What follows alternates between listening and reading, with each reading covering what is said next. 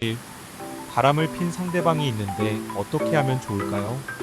간통죄가 폐지된 이후 피해자에 대한 유일한 민사적 소송 방법이 상간자에 대한 위자료나 손해배상, 기타로 표시되는 정신적 피해 보상을 청구하는 소송이 있습니다. 2. 그럼 상간자에 대한 위자료 청구 소송은 그 근거나 판례가 어떻게 되나요? 형사적인 범죄인 간통죄 폐지와 관계없이 유부남 유부녀와의 부정행위는 여전히 불법입니다. 그 근거로는 민법 제751조 및 대법원 판례를 통해서도 위자료 청구 소송을 제기할 수 있다고 인정되고 있습니다. 민법 제750조에서는 고의 또는 과실로 인한 위법 행위로 타인에게 손해를 가한 자는 그 손해를 배상할 책임이 있다라고 규정하고 있습니다. 그리고 751조에서는 재산 이외의 손해배상에 대해서 타인의 신체 자유 또는 명예를 해하거나 기타 정신상 고통을 가한 자는 재산 이외의 손해에 대하여도 배상을 책임 있다라고 규정하고 있습니다. 3. 간통에까지 이루어지지는 않았는데 그래도 부정행위에 해당하여 손해배상 소송이 가능할까요?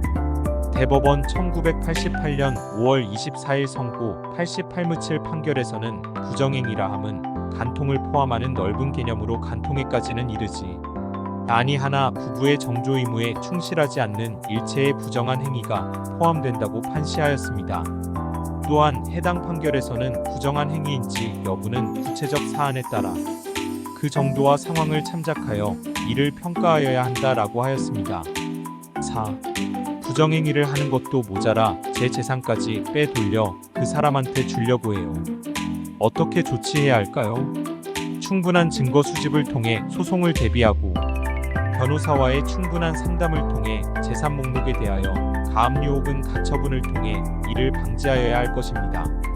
보통 상대방의 핸드폰에 문자 내역, 카카오톡 내역 혹은 통신사의 사실조회 신청을 통해 통화 목록의 확보, 그리고 차량이 있는 경우 블랙박스 영상 등을 통해 증거를 확보해야 할 것입니다. 5. 그럼 상간자 위자료 청구 소송을 한다면 손해배상 금액은 보통 어느 정도나 될까요?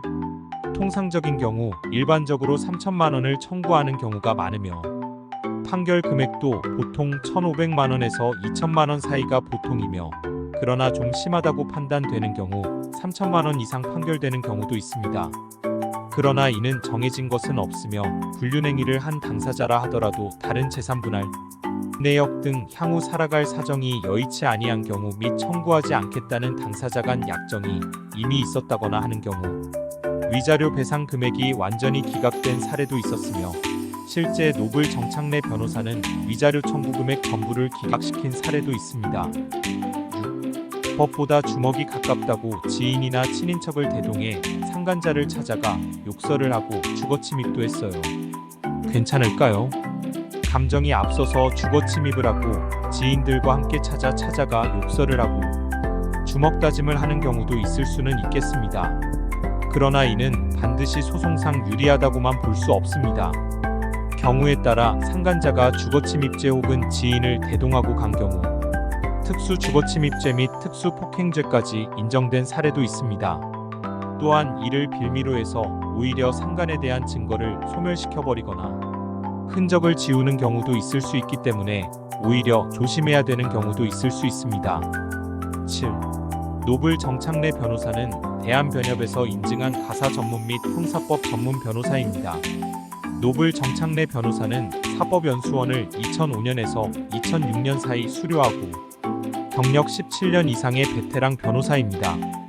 가사 사건은 물론 형사 고소대리, 형사재판 실무 등 재판 속무에 강점이 있는 변호사이자 경험이 충분합니다.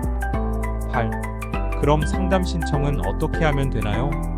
전화 031-552-2100, 팩스 031-552-2109, 이메일 로-jclhanmail 넷 등을 통해 상담할 수 있습니다.